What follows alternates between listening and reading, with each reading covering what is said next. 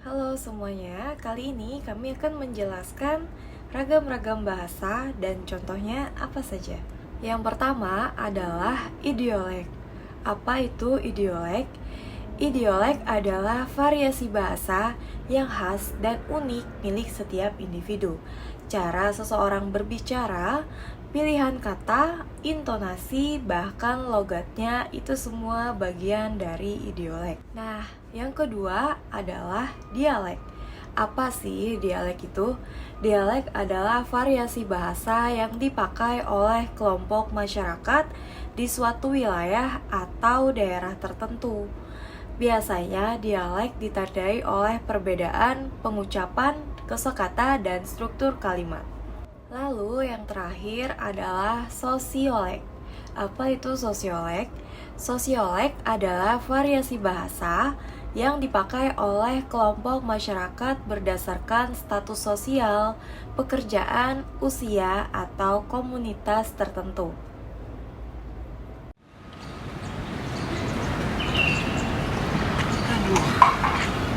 Sumpah ya, 2 jam langsung data udah kayak lagi sidang. Sampai Sumpah gue juga tadi gak tahu itu ngomongin apa. Tiba-tiba pasal ini, tiba-tiba pasal itu. Over lu nih otak gak bisa. Tau gak sih, gue tadi di kelas, gue gak ngerti dosen ngejelasin apa tentang prestasi. Sebenarnya gue excited banget ya. Ini sih fix sih kita butuh dulu. kayaknya kita butuh healing. Gimana kalau kita ngopi? Sumpah ya, aku kalau pulang kayak gini tuh nggak bisa. Sama sih, gak bisa juga. Tamanga sanjo modeko dan taingat lo jo kampung halaman awak tu. Boleh lah litak macam ko. Agak rasanya nih balik kampung pengarandang sama adim gue. Kau udah sendiri, kami juga rindu lembah kuning buatan mama di Bangka. Harumnya itu kesenian. Ada asam, ada pedas, ikannya juga segar. Di sini maniado yang bisa nyirum. Yo. Walaupun banyak orang makan di siko, adose rasanya ndak sama. Ada yang ndak terganti lamanya jo sama awak bikin tuh. Kau pun bingung. Kadang rasa rindu itu lebih kuat daripada rasa lapar. Kami sering buka galeri foto HP untuk cuma nak lihat foto-foto makanan lebaran kemarin. Dan jo mencari foto laut nasi kapau tuh lama-lama bana. Sasak nih balik kampung. Atau gimana kalau kita akhir pekan ini bikin masak-masak bareng. Kita bawa bahan-bahan dari daerah masing-masing. Kita bikin kulineran rumah-rumahan. Deh, dipaten tuh mah. Supaya rindu kok cepat terbuat hari. Boleh lah, siapa tahu bisa membantu ngaringkan rasa rindu seketek. Benar. Sejauh-jauhnya kita merantau, tapi hati dan lidah kita pasti bakal balik lagi ke rasa-rasa yang udah membesarkan kita. Kak Meti, pas banget. Aku lagi pusing deh ngerjain hukum perdata yang soal wan prestasi itu.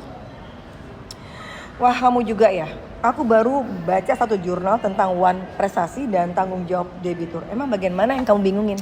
Ini loh Kak, aku masih bingung ngebedain antara wan prestasi biasa dan wan prestasi tingkat buruk. Dan di soal itu kan kita diminta untuk menganalisis sampai ganti rugi. Oh, itu penting banget. Coba kamu lihat pasal 1243 sampai 1245 KUHP Perdata. Kalau debitur bisa dibuktikan bertindak dengan kelalaian berat atau tingkat buruk, maka bisa dikenakan ganti rugi lebih luas sampai dengan kerugian imaterial.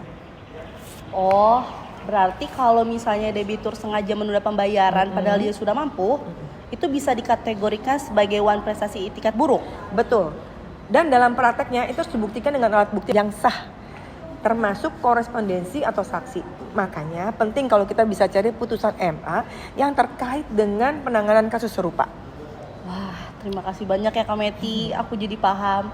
Tadi juga aku sempat baca jurnal dari UPH Law Review yang membahas tentang pertanggungjawaban dalam perjanjian jual beli online. Kayaknya relevan deh. Bagus tuh, coba kamu kutip juga para ahli hukum kontrak, misalnya Subekti atau R. Suroso, supaya dasar teorinya lebih kuat. Siap Kak, aku juga tambahin analisis singkat soal force major biar terlihat komprehensif. Boleh banget, tapi pastikan relevan dengan kasus yang kamu angkat ya.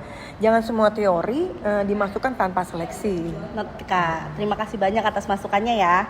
Kak Meti kalau butuh bantuan bilang aku ya. Makasih Teres. Kita sama-sama belajar. Mahasiswa hukum harus saling backup. Siap.